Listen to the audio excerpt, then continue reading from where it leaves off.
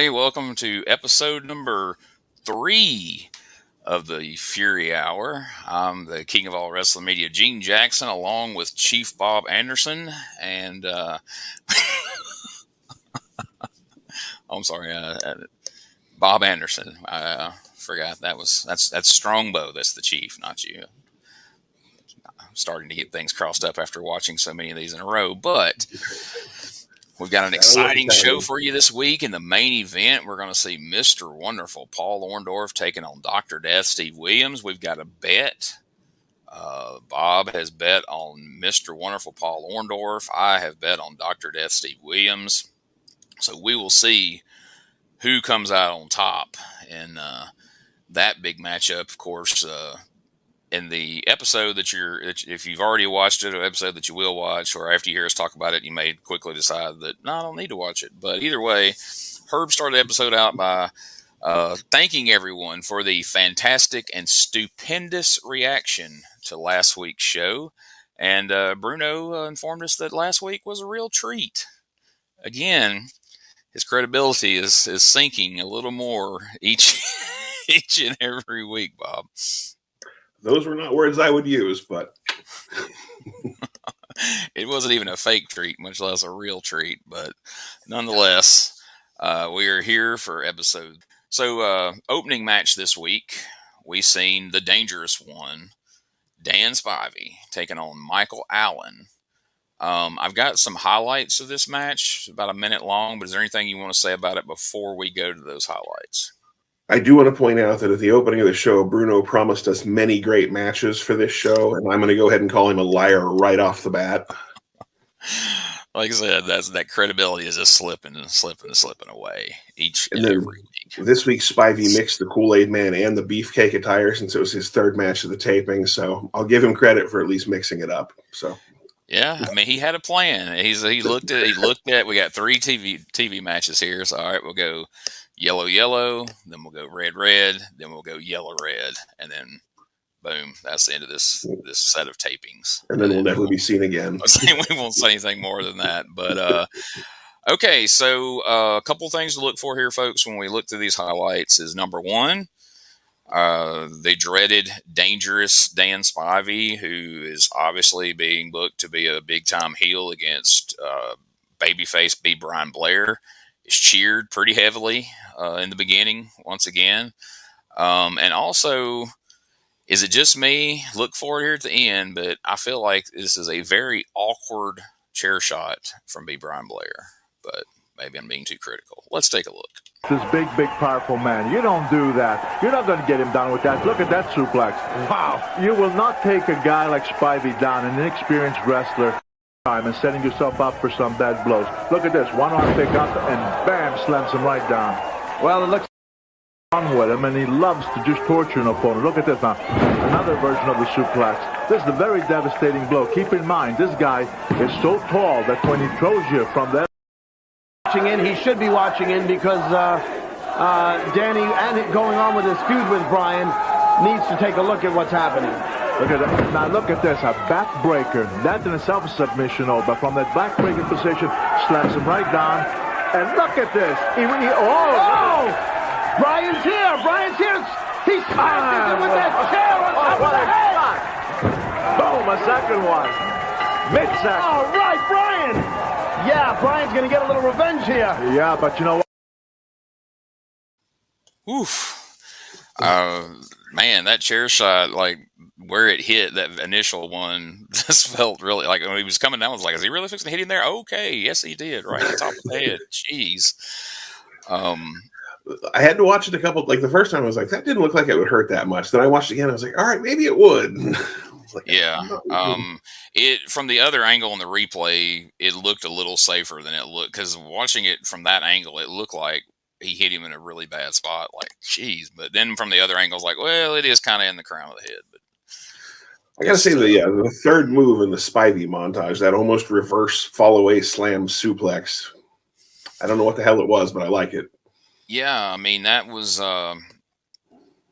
this was, let's say 1990. I guess Scott Hall would probably have been using it some here down like Puerto Rico and Florida and everything. he would infamously go on to refer to that as the sack of shit, because he'd say, I called it that because I just grabbed him and then flung them over my head like a sack of shit. I was like, well, that's logic. But the thing that stood out to me was, like, in 1990, we were watching Dino Bravo pick people up and gingerly fall to the mat with a supposed sidewalk slam or side suplex, I think is what Gorilla Monsoon would usually call it. And holy crap, when you take that in comparison to how Spivey planted this dude on the back of his head with that sidewalk slam, that was pretty much everything he did in this match did not look fun for Mr. Michael Allen. I think you just found the one thing I'd rather watch every episode of the UWF than watch the best of Dino Bravo. So, I mean, it's a miracle he didn't end up there. If he hadn't still been working for WWF at the time, he would have been a prime suspect to work for the UWF. I mean, can you imagine the tremendous main events we could have seen between, you know, Dino Bravo and Bob Orton, or Dino Bravo and Blair, and what a missed opportunity right there. I hate that we didn't get to see that. But anyway, so we start the show out with a disqualification here, because ultimately Spivey would get disqualified, or I'm sorry, Michael Allen, would get disqualified because Brian Blair came in and hit Spivey with the chair. And this furthers the big heated angle that we have going between Spivey and Brian Blair, which I'm sure will come to a head in a big grudge rematch. They've had their one match that didn't end well, double count out if I'm correct. And I'm sure this will lead to some big cage match or something explosive, but we'll just have to keep tuning in each week to see how that goes. But the second match, we see Chief Jay Strongbow taking on Houdini. No, not the magician, because you couldn't see how Houdini the magician did his magic, but it's pretty clear how Houdini the wrestler managed to not hurt people. It's because he wasn't making any contact. Long before the masked magician exposed the magic business, Houdini was exposing the wrestling business right here. That is true. On the UWF Fury Hour. We've got some highlights here that'll really highlight some of the weird commentary that Herb Abrams made during this match. But is there anything you want to note before we see that? Other than the terrible commentary, my only note was, holy shit, this guy makes the actual Jay Strongbow look like Wahoo McDaniel. So I don't have much. The only thing he did for the Strongbow name was that he retroactively made Jay Strongbow look better than he ever did. But let's take a look at this. Takes a lot of talent. Let's take a look at this. And I think we mentioned last week when we showed that amazing promo of his, or spoke of it, that he's not really Jay Strongbow's son. I mean, obviously he's not Jay Strongbow, but it's not unheard of for people to drop the junior. You know, if you're actually the junior, you know, Rey Mysterio stopped being Rey Mysterio Jr. Chavo Guerrero stopped being Chavo Guerrero Jr. So Chief Jay Strongbow, who had previously to being in UWF was Chief Jay Strongbow Jr., was not only not the original Chief Jay Strongbow's son, they never met. Had no knowledge of him. But anyway, let's take a look at these highlights. And while I'm sure you will be blown away by the exhibition of moves and the great wrestling skill of one Chief Jay Strongbow Jr., pay close attention to the commentary from Herb Abrams. We've had some weird commentary from Herb in these first couple episodes, but this is one of the first times that it goes so far off the rails that Bruno really just doesn't even know how to respond. It's tremendous. Well, getting back to Chief Jay Strongbow, not only have I had the opportunity to meet him, he showed me around his teepee for about 20 minutes, Bruno. Is that right? For 20 minutes? Well, that should have been interesting. Did you meet a lot of other Indians there? Or? Well, actually, there were about 12 Indians on the reservation. Wow. And he had the biggest teepee of them all. Oh, really? Look at Houdini. Boom, he attacks. Nah, see, look at these elbows. Absolutely not delivering a good elbow. He does not have to put the weight behind, and he's not going to do a whole lot of damage. Even those punches. Now, that chop is a little... Well, There he's starting up. He's starting it up. Well, he's got his opponent in trouble. He can do his dance. Come on, Chiefy. Boom, knee lift. You know, he showed me that war dance over at that teepee area where he resides, and, you know, it started to drizzle when he did that. Is that right? Yeah. Whoa, what a California, Bruno. Yeah, he's got a good dance, but I'll tell you what, he just threw a nice suplex on Houdini, and let's see what he comes up with. The sleeper hold. The sleeper hold. Nighty-night, Houdini. I think he's going to make Houdini disappear. Now, once he applies this and applies it properly, I don't think that too many guys are going to escape it. And as you can see, Houdini in desperation trying to get to the face of the Chief, but no help. He's, yeah, there he is. He's going to be out. You know, once applied properly, what happens here, a lot of people may not know, is that you're stopping the blood from going to the brain by putting the pressure in the jugular veins, and it just makes you pass out. And in fact, if you're not brought back quickly enough, sometimes this could be very dangerous. And in the past, we've had some wrestlers.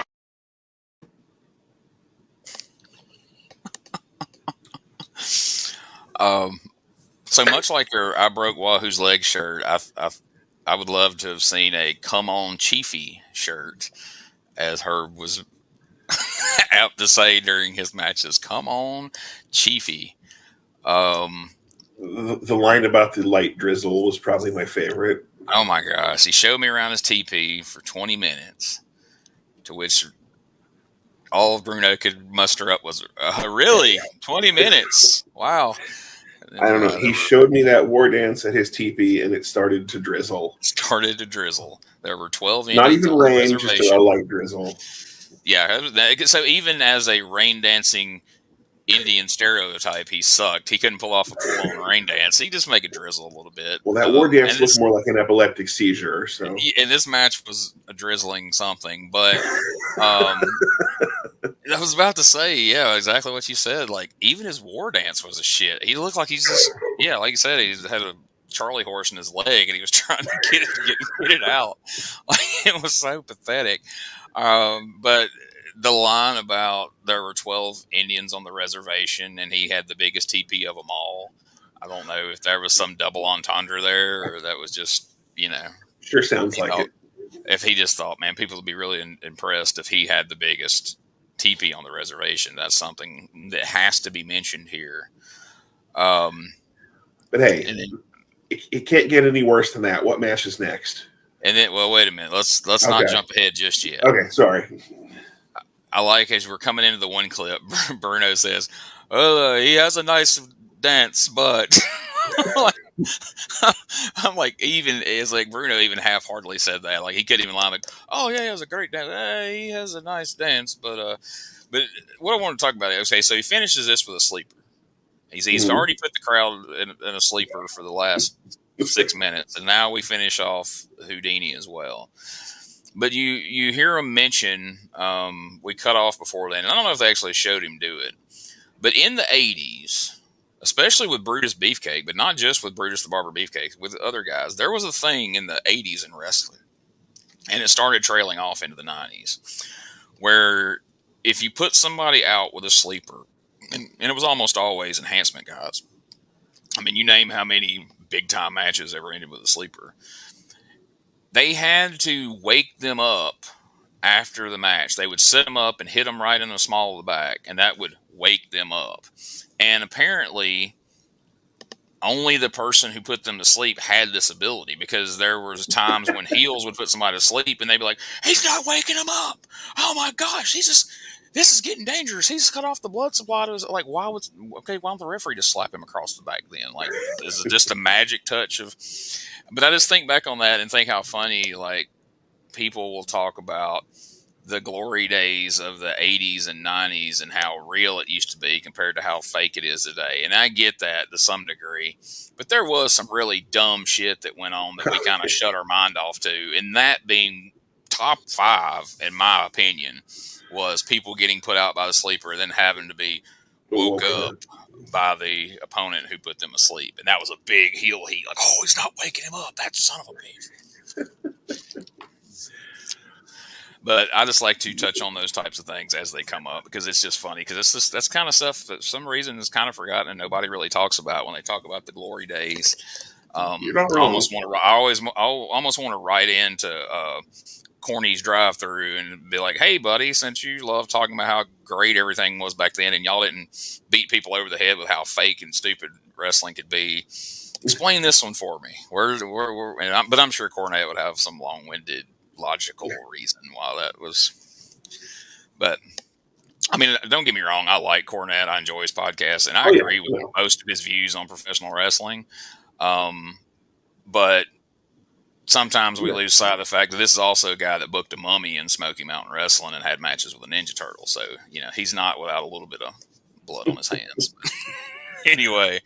We were talking before the show, and this is another match that made me feel like I'm almost feeling bad for Bruno on commentary. Like, he's trying his best to hold this shit together. Like, he's doing his best to make it sound legitimate. He's doing his best to put these people over. But between Herb being a dipshit and half the talent sucking total ass, like, you can just kind of see him up there like, what do I do? And so Bruno's checks were clearing. Yeah. You didn't see him anymore. Because if he had any excuse not to be there, he would have jumped on it. And there's times that I thought, I was like, he just wanted to get up and just walk away from the commentary table right now. It's like, okay, I can't do this. But you mentioned a minute ago. Yeah, I mean, it can't get worse than this match with Strongbow. So, I mean, the next match has to be better, right? And somewhere right then, Herb is saying, challenge accepted. Take a look at this. So now we've got Colonel De Beers taking on young David Sammartino. But before we get to the wrestling part, we do a complete rehash of last week where Colonel De Beers is telling our African-American referee that he will not referee his match. He will not have a black man referee in his match. Now, here's what stands out about this to me. Bruno is like, wait a minute. Is he trying to tell this referee that he's not going to ref his match because he's a black man? And as I'm thinking it, Herb, as if he's reading it directly from mine, goes, yeah, he did this last week, Bruno. Like Bruno's just completely incredulous that the thought that this could even be a thing. And then, I mean, you can just hear it in her voice, like, yeah, we spent like 12 minutes on this last week, Bruno. But this was completely different, Gene, because now there's a commissioner at ringside. Yeah, so we get a quick shot of this commissioner who, again, like I mentioned last week, I kind of got ahead, but it was like Herb didn't really even know the guy's name. He's like, hey, there's the commissioner, Adams. Over there, and that guy is just, I mean, you can tell it was just a random cutaway to him because he was just like kind of looking indifferent. But we go through all this again. Like I say, last week's debacle with the referee was longer than the match, and the only real purpose it served is it got the referee over bigger than anybody else on the show. So we go through this whole song and dance again, except this time the ring announcer doesn't, step up to the plate and run off the referee. We just kind of move past it. And so the referee stays. Which, becomes a plot device of the match where, De Beers is in control, but then he stops to berate the referee, and then, David takes advantage. I do want to point out, they start with a false finish. Like, David runs up and immediately backslides De Beers, and it's like 2.9. If they'd ended the match right there, I'd give this shit 5 stars right now. Yeah, absolutely. I mean, and that's the running theme with UWF is like nothing really means anything. Like all that time wasted last week, all that time you spent this week would have just paid off. It wouldn't have hurt De Beers because it's a out of nowhere roll up. It would have helped Sammartino. It would have help the referee, because then there'd have been even more heat between De Beers. If we want to make this about De Beers and the referee, well, if the referee counted 3, especially if they'd have done a quick 3, well, man, now you've really got even more heat on this thing. But again, it just didn't really mean anything. He wasted all this time. They didn't switch referees. It just kind of goes on. David almost got a pin at the beginning. And then, like I say, then the rest of the match is just kind of, he stops to berate him, and then it kind of costs him here and there. But I will say the ref bump at the end looked good. But other than that, The match sucked shit. There was at one point where the referee had to just absolutely stop to not count 3 on a backslide. I mean, he didn't kick out in time. It was like 1, 2, and then he kicks out. I'm like, well, okay, you shouldn't have any problem with this referee now. I mean, he just saved the match for you there. But he ends up awkwardly kicking the referee for a DQ, goes for a body slam, and he kicks the ref, which almost could just be looked at as accidental. And it was the least effective way you could have executed what they clearly wanted for that finish. But again, running theme with UWF, like, let's take something that's a pretty weak premise and then do it the shittiest way possible. I thought the ref bump itself looked good. Like, the bump looked good, but I'm saying, then he started stomping the shit out of him. In storyline, yeah, I mean, it could have just been like, oh, well, he's I mean, they tried to make it sound like De Beers did it on purpose. Yeah, it was awkwardly. The referee's bump looked good, but just the mechanics of how they got to it, it just didn't make as much sense as if they'd have done something where De Beers just blatantly hit him, right? Rather than he could play it off as an accident if he wanted to. But anyway, long story short, we get a disqualification. Ending. Big shock there. Anything else that needs to be said about that match, or we've probably already said too much? Not the least. Agreed. So then from there, we go to the patented Blair merch commercial. Another Dr. Death Coke promo. Another Dr. Death promo, one of the two. They alternate between two, I'm pretty sure, but maybe not. Another spastic Captain Lou promo where he's reading off about fight, fist, and fury, or whatever the fuck, all the F words there. And so then we go to a man who up to this point has seemingly been enhancement talent himself, Black Knight, taking on our friend Davey Meltzer / Adam Michaels for 7 minutes of, and I mean, you maybe listen to this and go, well, 7 minutes isn't a long time. And doing certain things in life, maybe 7 minutes isn't a long time. But watching a match between Davey Meltzer and anybody, okay? I mean, if Abrams' idea was to pick the worst wrestler that they had available to play Davey Meltzer, he nailed it, because as you watch this guy work, people try to give him spots to make a comeback, and he usually fails to even try to make a comeback. And when he does, it looks like just absolute ass. And so this was a great example of it, because the guy under the mask is Bill Anderson. It's Davey Meltzer's trainer. He's one of his students, so he's going out of his way hoping to try to make this kid look good, and more importantly than that, stretch this match out, because he was told they wanted 7 minutes out of this. And we didn't mention it. I keep forgetting to mention it at the top of the hour, but as you can read in Jonathan's book, Portrait Ambition, the story of Herb Abrams and the UWF, that you can get on Amazon, they talked to Bill Anderson in there, and he knew going in that, okay, this 7 minutes is a long time for a squash match, and it's certainly going to be a long time for a squash match with Davey Meltzer. I don't have any footage of this because fuck would we?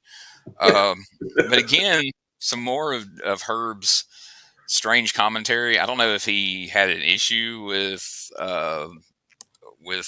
Anderson or what. But at one point he says that he's heard the reason Black Knight wears a mask is because there's some sort of, as he put it, some sort of deformity under there.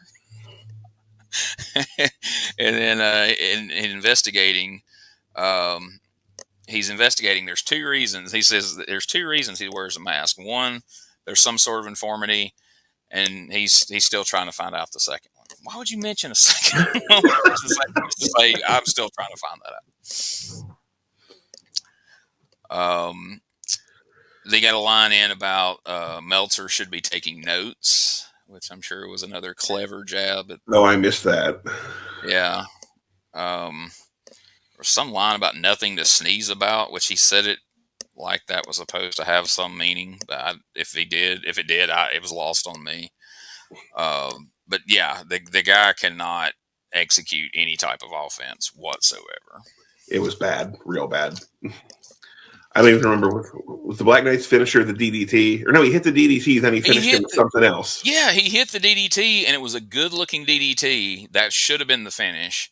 And then he ends up finishing him off with a sidewalk slam that didn't look a tenth as good as the one Spivey had done in the first match. I mean, that should have been edited in post and let the DDT just be the finish. But no, the show has editors. I mean, clearly it doesn't. But someone should have done something, because I was like, man, that's a sweet looking DDT. Like, that was a kick out. What? And then we finish it with a sidewalk slam. Any other notable things to say about that match? I can't imagine there is, but other than I had to go back and rewind and fast forward back through it just to see. I was like, was that really that long? And it was, and quite painful. So we're going to circle back around to our friend Chief Jay Strongbow. It wasn't enough to see him wrestle. We get to see another promo. So let's take a listen to Chief Jay Strongbow. Of course, keeping in mind that he does have the biggest TP on the reservation. The feathers are on. The tomahawk is here, and it's been sharpened. You hear the bells ringing? That means one thing. Strombow's back in the territory. That's right, the UWF is forming, and the greatest of talent is coming here. And I'm opening my contract. Come to me. Sign your name, because I'm going to do a war dance around you like you've never seen before. The Cherokee Nation is going to be proud of this Indian, because I'm coming down here, and the UWF is going to be running wild with war dance fever. I'm ready.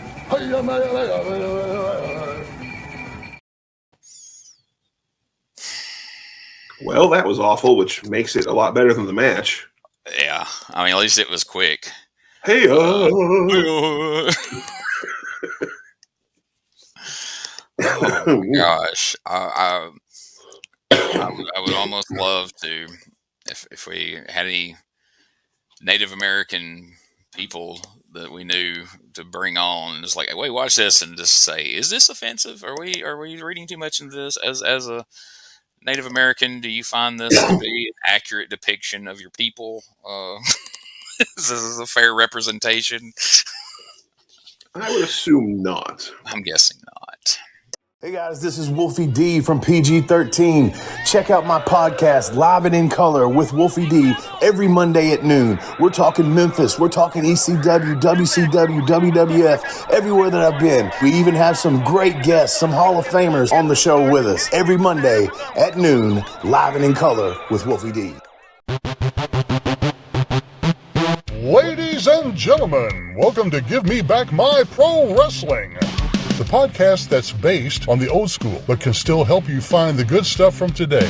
Jimmy Street and the Plastic Chic, Jared, are the undisputed tag team champions of the wrestling podcast world. From thought-provoking topics to superstar interviews to action figure expertise. This team does it all. And all they ask is, give me back my pro wrestling.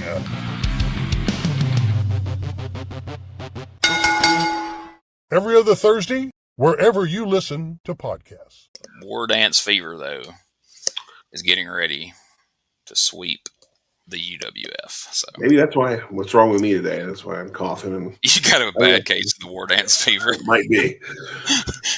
Yeah. Well, you know, if if later in the day, if your wife finds you just in the corner going, then just know that it's.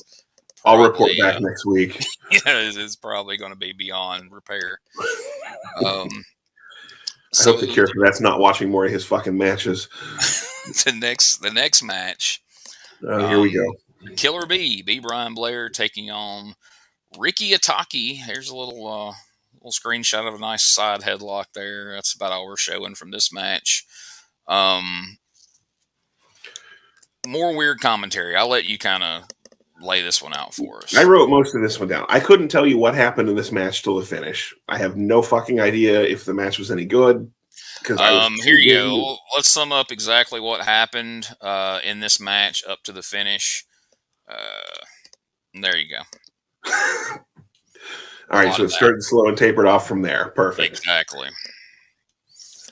So this, to me, like, up until this point, Herb had his stupid little one-liners and had said a couple of dumb things here and there, but had been mostly inoffensive. I knew it was coming from reading the book, which we've plugged several times, but we'll plug again. Yes. Like, I knew Herb loses his shit. We knew Herb's a coke fiend. We knew he was going to go off the fucking rails. But it really hadn't been too bad up until this point. This is the match for me where I went, holy shit, what the fuck is wrong with this guy? I'm going to have to read from my notes, so I'm looking down. My apologies. But at some point in the middle of this, Herb just starts completely shitting on Ricky Itaki. Like, Blair's beating his ass. He's there to do the job. Leave the poor fucking guy alone.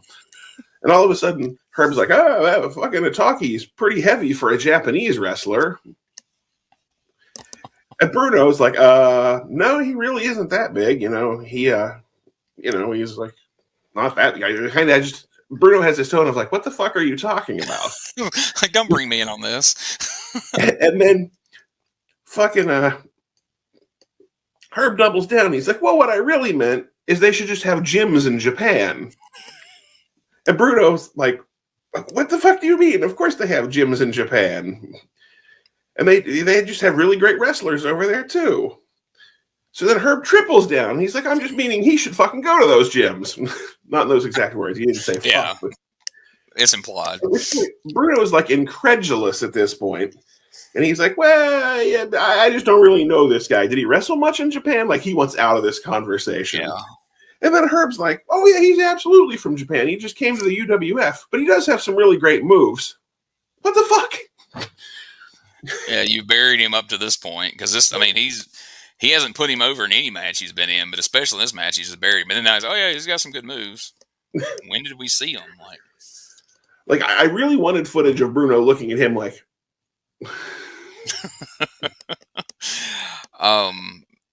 Yeah, that's to me is some of the most fun is just Bruno trying to awkwardly respond. You can tell.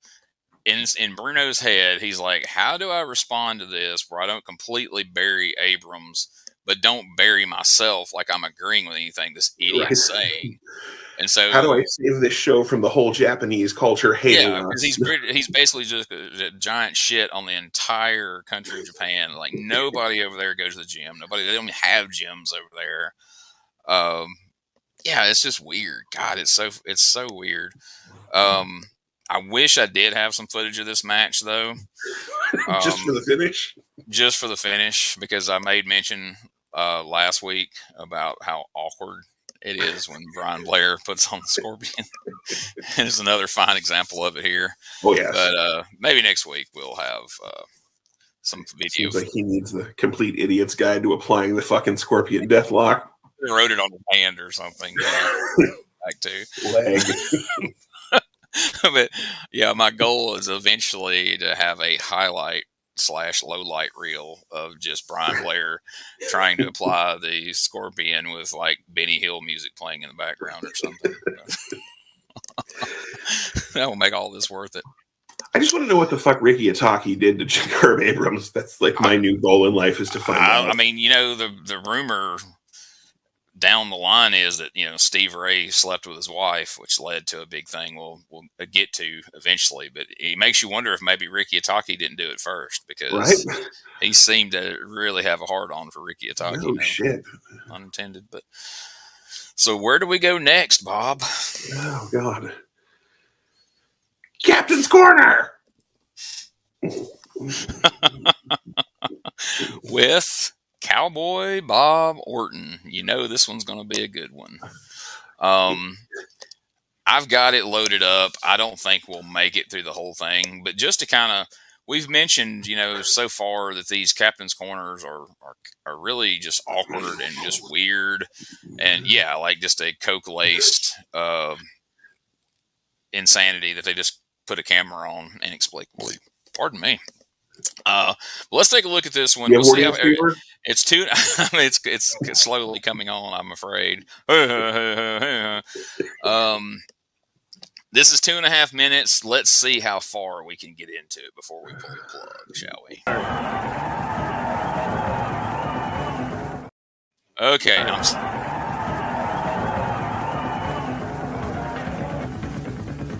Hey, I'm Captain Lou Albano, and I'm going to tell you where you find the world's greatest wrestling. Right here on the UWF. And right now, one of my great guests, the one and only Bob Orton. Bob, let me tell you something. I knew your family, and I know them well. I know about your dad's reputation. He was a great wrestler. I know about your brother, and now I want to know a little bit about you. Go ahead, brother. Tell it. Well, Lou, I've been around a while. You tell me about me, Lou. You seem to do it so well. Well, let me tell you, one thing you do possess. You possess wrestling leverage, wrestling balance. You got the size. You got the stamina. You got the natural ability. You got the amateur background. You can suplex from the top rope. In fact, you can suplex so many ways. Woo! I don't even know where they're at. Now, go ahead. Tell me about Nikita. Don't hold it, brother. Lou, stop that laughing. Tell me about Nikita. Go ahead. Let me hear. This man, I've got to tell them something about you, Lou. Yeah. At University of Tennessee, and All-American. Yeah. Wrestlers. One of the greatest wrestlers sure. Around. I got the brain of a dehydrated BB. Put my brain in a pigeon or parakeet. See it fly backwards. Let's hear about you and Nikita. You know this Nikita's a good man. Go ahead, talk. Lou, tell me, how can a fella just 2 years older than I, with the aforementioned credentials, let themselves get so fat and sloppy and run down like you have? Anyway, let's get on. You're right. We need to go ahead and talk about Nikita Koloff. Talk about the Paul Orndorff. Go ahead, talk about the Brian Blairs. These guys are tough men, people who have kept themselves in tremendous shape. And they're stepping in the ring against a man like me, a man who, like you said, have been wrestling since I was 9 years old, knee-high to a grasshopper. One of the greatest amateur wrestlers in the country. You call that fat? One of the greatest professionals. Lou, that's a... I've had millions of letters coming here to the UWF, and they say, Captain Lou, you got the body that women love and men envy. There it is, baby. I'm Captain Lou, and I'm talking to you. Hearing from the blind people of America, Captain Lou is. But back to the fellas that I'm gonna have to tackle. The Orndorffs, the Koloffs, all tough wrestlers. But let me tell you something. I was born and bred on tough wrestlers. Eat them for breakfast in the morning, and I'm ready for nothing else than a good wrestling match. Because that's the name of the game, wrestling. And I just happen to be one of the best in the world at it. All right, I know you're rough, and I know you're tough, and I hope you stand by what you're saying. I hope you can back it up, but you're good. But let's see you do it, baby, because the time's growing near. Woo! Let's do it. He's outrageous. He's infamous. He's Captain Lou. That's what happens when someone on uppers interviews someone on downers. Yes. I mean, that seems like that would be straight from the WWF blooper reel, that would never have made air. My favorite thing right out of the gate, there's so many like stock phrases that announcers say and interviewers say throughout sports, not just wrestling, but especially wrestling. But just the idiocy of introducing Bob Orton Jr. as the one and only Bob Orton just strikes me right out of the gate. Because then he immediately goes, "I know your father and your brother and your other brother." I like your world famous father and your brother. The fucking jobber. If he did that on purpose, then kudos. That's probably the smartest thing Captain Lou said. Like, yeah, well, your world famous father and your jobber brother, who Barry O. Yes, infamous Barry O. And then at one point, Bob Orton tells us that he eats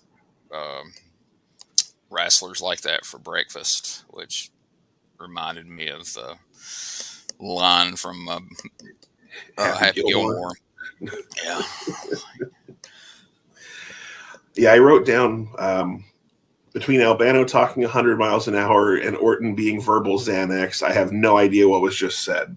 So, yeah, I was watching this the first time, I thought, man, this is like one of the worst Bob Orton interviews I've ever seen. Then I thought, wait a minute. Name one good Bob Orton promo. I mean, he just stood behind Roddy Piper while Roddy Piper ranted, and you never really heard him talk. And then once you finally got around to hearing him talk, you're like, oh, that's why. Okay. It's like Terry Funk if he was boring. I wish I had a clip. I seen one. It was when he was tagging with Morocco, and they were managed by Fuji, and it was on one of those wrestling challenges or something. And they're like, next week we're going to see Bob Orton and Don Morocco take on the Killer Bees. Let's hear from them right now. And it's like the three of those, each one of them said something, but Orton said basically nothing. And Morocco like, yeah, daddy. And then, oh, last week, Killer B. And I was like, there was not a good promo in that whole bunch right there. Like, that's what was always funny about Fuji is like most managers' function was being a good promo. Fuji could never cut a promo. So, like, and it seemed like he always managed people who weren't that good at talking, except Demolition. Right. They were good at, doing what they do. But anyway, we're not going to make a habit, folks, before you tune out permanently. We're not going to make a habit out of showing full Captain's Corners each week. We're not going to do that to you until you piss us off. And then we're going to do one show will just be a conglomeration of all the Captain's Corners back to back to back to back on a never-ending loop. In between Brian Blair's sharpshooters. Yeah. And then so from right out of Captain's Corner, we see that same Spivey promo that we saw coming out of last week's Captain's Corner, except that Captain's Corner was with Spivey. So this was almost a welcome change. Like, it got Bob Orton and Captain Lou off the screen. So, yeah, we'll listen to Spivey rant about the heavyweight championship that doesn't currently exist. And he gets to say feet, fists, and fury. Yeah, I would love to have heard him try to say it 3 times fast. But we should call this the Feet, Fists, and Fury cast. There's no way I would have wanted to try to say that every week at the beginning. And then it's time for a Billy Jack promo. Yeah, just when you think we've hit the low point of the week, it couldn't get any worse. Billy Jack was slightly different. Yeah, he did put a different spin on this one. Because this time he told us that he had his teeth knocked down his throat, that he's had thousands of stitches, but he still loves the little kids. At this point, that almost feels like a running joke of some sorts. Because I think it's his catchphrase. Yeah, because I don't remember if it was in this match or another match upcoming. Because spoiler alert, I'm ahead 3 or 4 episodes. But in one of the matches, Bruno says, "Yeah, I know Billy Jack loves the little kids, but I'm like, well, he says it every promo. I mean, either that proves that it's some kind of rib, or it proves that Bruno's been watching these god awful promos, I guess. And that was the one thing that has been universal in every Billy Jack promo is he always makes a point to get in that line. I still love little kids. Is he working with Lawler? Yeah, Lawler. He ended up in Memphis a couple years after this, so you never know. So he's taking on Larry Ludden. What's your favorite Larry Ludden match? Not this one. See, I was going to say this one because it's the shortest one, but we'll get there in a moment. I think it was last week you pointed out that somebody was coming out to a certain song. I want to point out Billy Jack is coming out to My Michelle by Guns N' Roses. Is that what that was? I couldn't make it out. So the song starts, "Your daddy works in porno. Now that mommy's not around, she used to love her heroin, but now she's underground. You stay out late at night and you do your coke for free, driving your friends crazy with your life's insanity." The fuck kind of song is that for a baby face? I think it nails Billy Jack Haynes, though. Honestly. Well, that's not the point. Okay, I couldn't make that out because I've been trying to, since I noticed that David Sammartino comes out to Poison by Belle Biv DeVoe, and Mr. Wonderful comes out to You Can't Touch This by MC Hammer, which is just that I didn't catch. Yeah, he does every week. I couldn't make out Billy Jack, so that puts a whole new spin on Billy Jack matches for me now. So that's fun to know. So this is just your standard Billy Jack Haynes on UWF squash match, it seems. I noticed the first thing he did was a drop toe hold and slapping on a headlock, which is a great way to start a jobber match. It's very bizarre, but he puts him in a chin lock. This old spot. You'll see it every now and again in these types of matches where they have the chin lock on, and then they just inexplicably let him out of the chin lock because, I mean, when's the last time you've seen a match end on chin lock? And then he just drops that arbitrary elbow to the back of the head.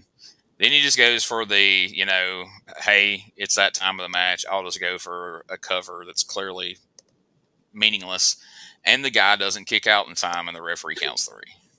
We're like a minute and a half, 2 minutes into this match, And all of a sudden, 1, 2, 3, and you're like, he just counted 3.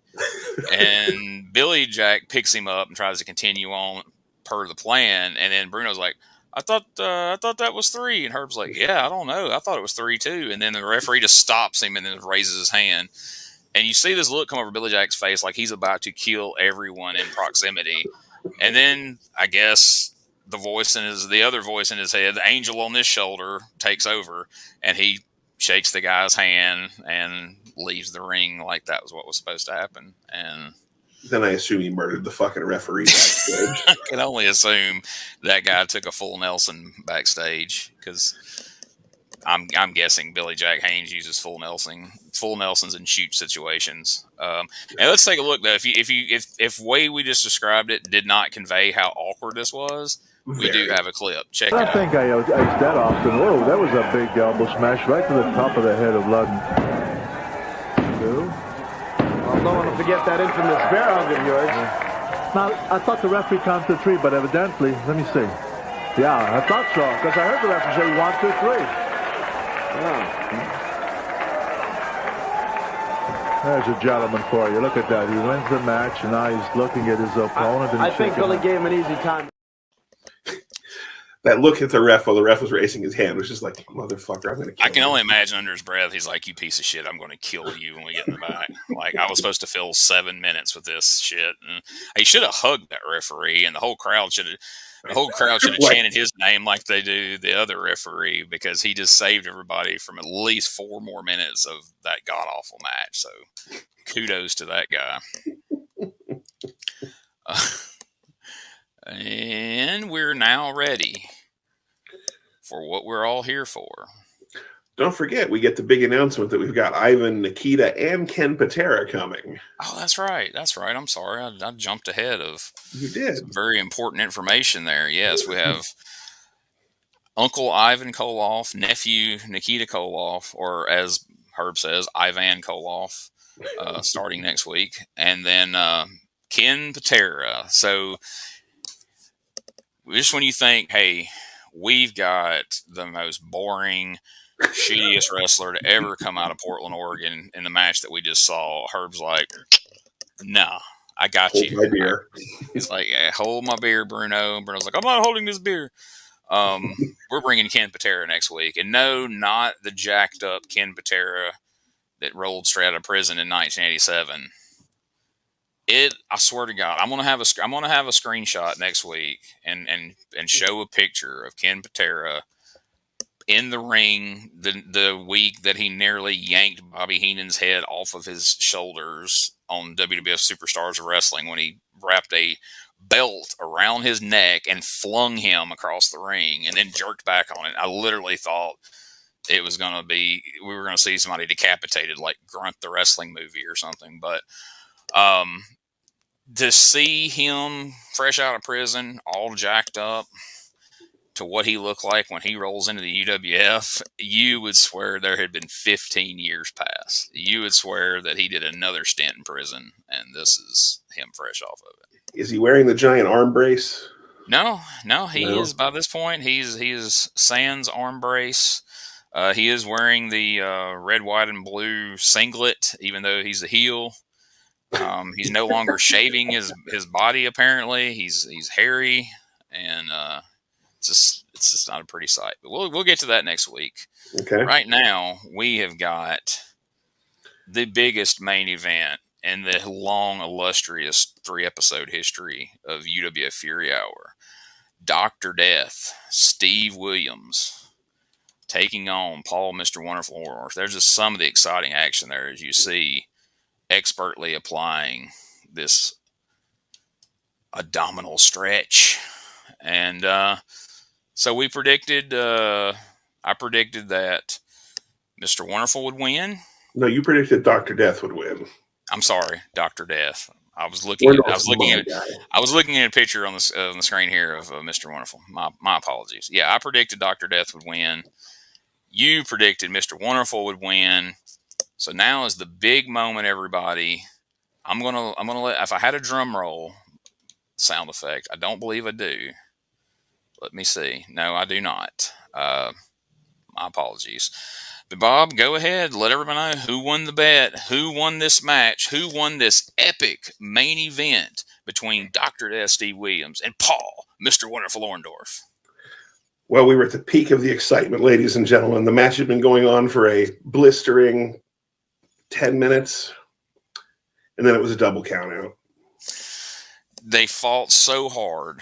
The action was so intense. The hatred was so deep that once they started fighting on the floor, they just could not break up the fight and make their way back into the ring.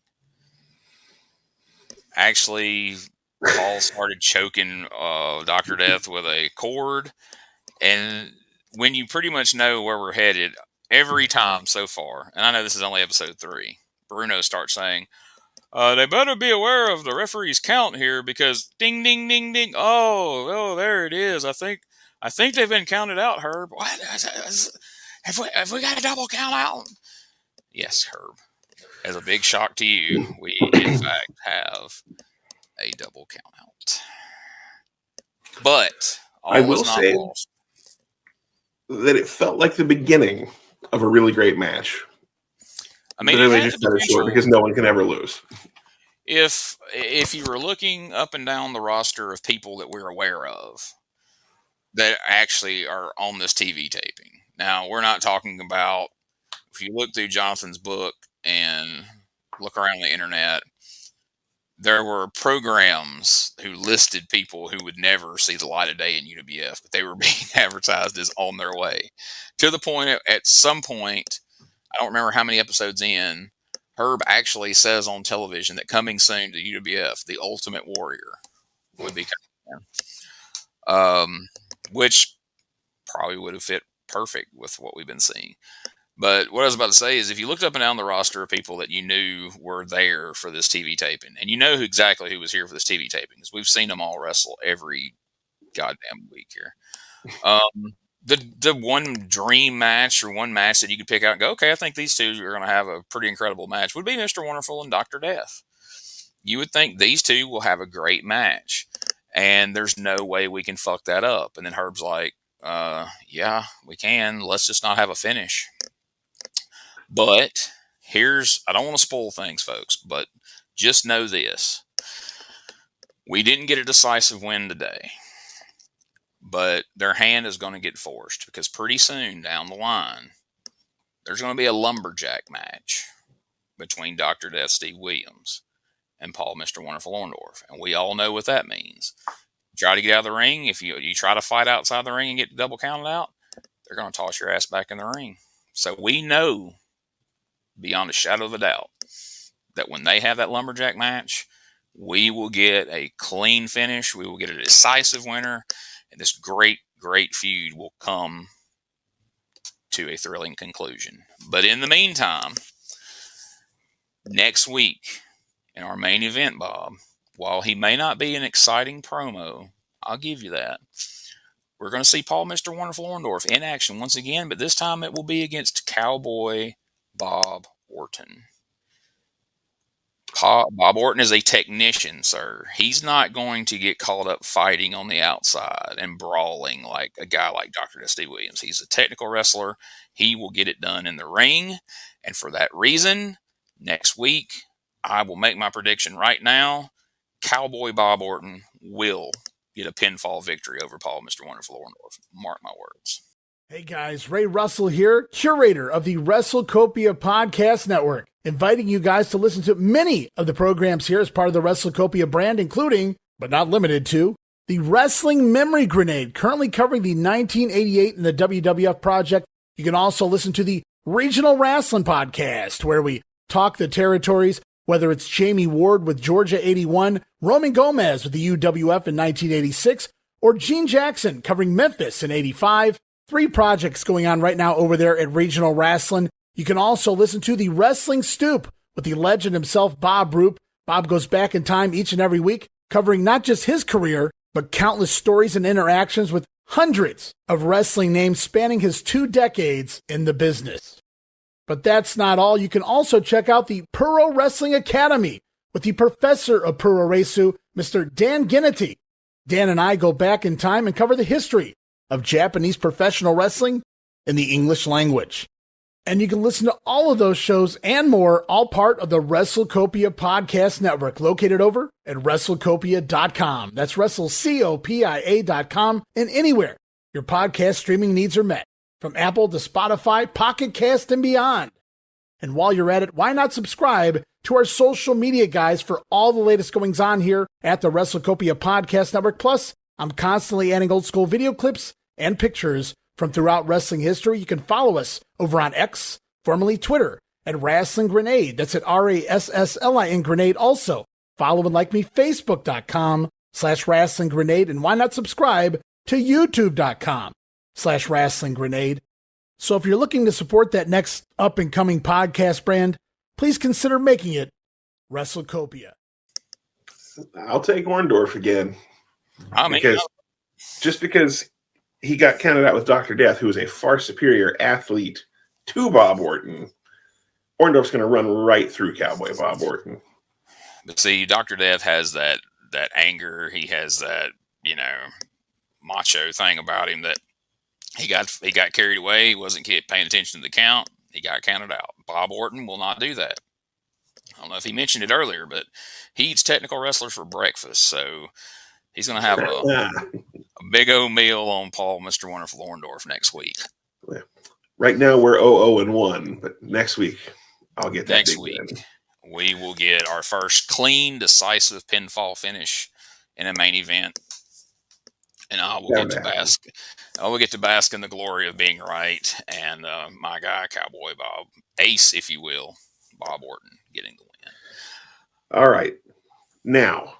Did anything this week top Cactus Jack and David Sammartino as the best match in UWF history? In your opinion? No. I would agree. I mean, even if you took the finish out of the equation, I still think Cactus Jack and Dr. Death was better than even the rest of the match between Orndorff and Dr. Death, personally.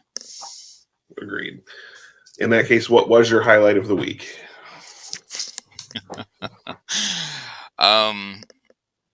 I mean, it's a squash, and it had a shitty ending, but just because of the hard-hitting moves that took place, I'm going to say the Dan Spivey match.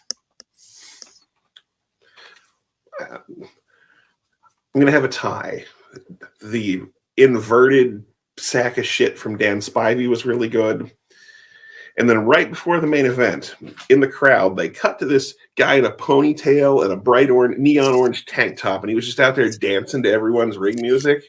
Guy looked like he was having a really good time. You love to see it. Just some random. I'm as bad as poor as their production is. Somebody had the foresight to go, hey, there's a dude having fun at this show. Get a shot of that. Get a long shot of that. And we're probably going to have to cut to that again. 6 weeks from now, when we're in a different venue, we'll cut to that guy dancing. Like I said, just neon orange tank top and big long ponytail. Orndorff is coming to the ring to You Can't Touch This. We'll show this guy out there. I'm pretty sure that's what it was too, but I'm sure it was. He was dancing to Doc's music and Orndorff's music. He didn't give a shit who was coming to the ring. But in 1990, I mean, I dare you not to get on your feet and dance to You Can't Touch This by MC That's Hammer. true. It was indeed Hammer time. Okay, so we're almost out of time here. But right now, before we go, let's take a look at one of our sponsors this week. Something that looks like to me would be a lot of fun, and me and Bob would have heavy competition at this. Check this out. Promotional consideration paid for by the following. Battle Royale. Here's Killer Kowalski, former champ, to show you the new Battle Royale, an exciting board game. Battle Royale is real wrestling. The power, the move, the excitement. With Pro Wrestling's Battle Royale, you're in the ring. In Battle Royale, you're the wrestler. Rules are clear. Four can play. Excitement mounts as you wipe out your opponents. My face rake could clean up Central Park. Defender spins. Foreign object. I win! Battle Royale is real wrestling. It's fun. Get Battle Royale today. Battle Royale is available only on TV. Call toll-free 1-800-554-8000. Order now at $19.95 and get 3 free issues of Pro Wrestling Illustrated, a $6 value. Details inside every box. 1-800-554-8000. At only $19.95, a great gift for fans of all ages. 1-800-554-8000. Visa, MasterCard's okay. No CODs. Order now. Satisfaction. All right, we're back. What do you think about that, Bob? I mean, that looks like that'd be great fun right there, right? That certainly does. I've never seen that before. Listening to Killer Kowalski talk about a board game. This is real wrestling. And much more satisfying finishes than anything on the UWF, I'm quite sure. Yeah, that guy won clean. Exactly. So it is not Herbie approved. Hey, folks, before we get out of here, I'd just like to take a moment to tell you we appreciate you checking out the podcast. And if you would, do us a favor, subscribe, rate, and review the podcast wherever you're listening to this right now, wherever you're watching it. If you'll just take a moment to either subscribe, to rate, and review, let us know what you think. We hope you're liking it. But even if you're not, let us know what you would like to see changed, and we will take that into consideration as we move forward. So we really appreciate any feedback we can get. Also, we just want to say how proud we are to be a part of the WrestleCopia brand of wrestling podcast. Ray Russell brings you something for everyone over at WrestleCopia.com. Check out all the great wrestling podcasts available over there right now. And for all things related to the Retro Wrestling Review Podcast, you can go to USWApodcast.com and you can find links to everything we have there, our Facebook, our Twitter /X, our TikTok, our Instagram, our merch store. That's right. We've got shirts. We've got hats. We've got phone cases. We've got all kinds of great stuff. And it's all right there at our store. And you can find a link to it at USWApodcast.com. There's a link to the YouTube channel we're associated with, the Retro Wrestling Archive. You can find all that there. And if you have questions for us, if you saw something on the show that you have a question about or a comment about, if you've got some info to answer a question we have, or you had a question you want us to read on the air, if you want to work out an ad swap, if you want to have any kind of communication with us, you can go and send an email to uswapodcast@outlook.com, and I will get back to you just as quickly as humanly possible. And if you're a fan of Dangerous Conversations with Doug Gilbert, and if you've heard it, I know you are, check out DougGilbertPodcast.com for all things related to Doug's podcast. You can find links to our Facebook page for the show, our Twitter. You can find links to Doug's social media, his Twitter, his Facebook. All that's available there, plus a link to the YouTube channel. And if you have a question for Doug you would like for me to ask him on the air, you can send that question to DougGilbertPodcast@outlook.com, and we will get it added, and it will get answered in a future episode just as quickly as we can work it in. So we appreciate you listening. Thank you so much, and we'll catch you here next week for more. This is Wrestling Nostalgia, the podcast that dives into wrestling history. Hey, wrestling fans, I'm Dave Dynasty, and if you enjoy podcasts that are knowledgeable and history-driven, then Wrestling Nostalgia is for you. With great guests and fun interviews, there are over 200 episodes in our archives. We chat with several first-time guests and often cover topics not discussed on other podcasts. Look up Wrestling Nostalgia on your favorite podcast platform and visit all of our links at linktree/WrestlePod. That is linktr.ee/RASSLEPOD. And remember, wherever you go, whatever you do, be good, be safe, and keep on growing.